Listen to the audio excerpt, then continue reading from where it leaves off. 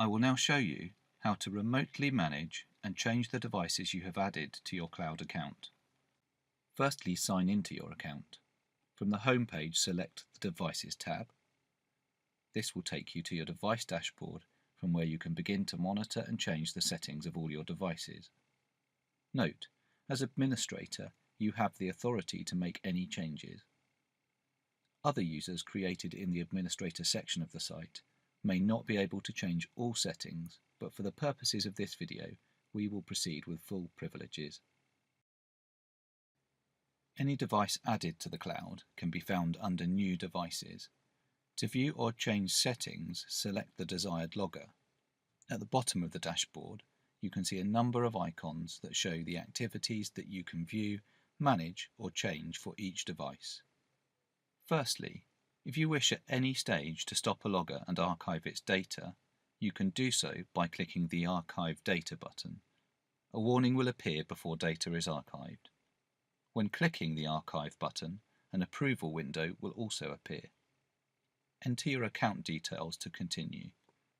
This approval is part of 21 CFR compliance, creating a record of any change made to the system or device for audit purposes. Each device is saved to the cloud with a standard default setting. To view or change any of those settings, select the device and click the Change Device Settings tab. Here you can change the name of the device, the temperature scale, the rate at which the logger samples, the rate at which it transmits those readings to the cloud, alarm settings, email alerts,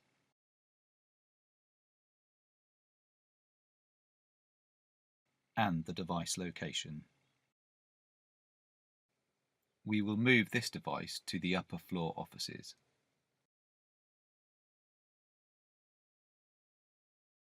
Let's take a look at the dashboard. On the left, you can see the locations already created. Click on the expandable cross to see sublocations.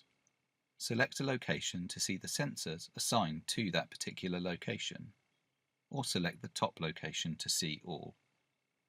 Devices assigned to the location can be seen on the right.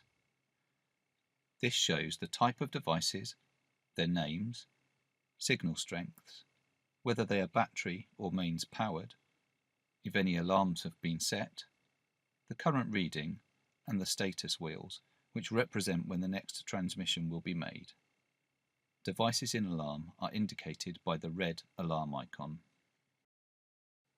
To view data, select a device and click on the View Data button.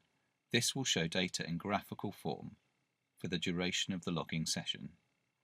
Click the Data tab to see that information in tabular form, the Summary button to see an overview of the whole session, including max, min, average and standard deviation data, settings and specific device data. If you wish to view a particular block of time in detail and not the whole session, select standard blocks such as 6 hours, 1 day, or enter a time period of your choice. If you want to view previous session data, these can be found under the Other Sessions tab. Back on the dashboard, selecting Event Logs will show all activity on each device in a simple-to-read format. Events may include a charger disconnect, an alarm or connection loss. A time and date stamp against each event is shown to the right, and if you need to, you can also record a comment explaining what an event was or why it occurred. To reset an alarm, go back to the dashboard and select Reset Alarm. This will reset the alarm at the next scheduled transmission for any selected logger that is currently in alarm.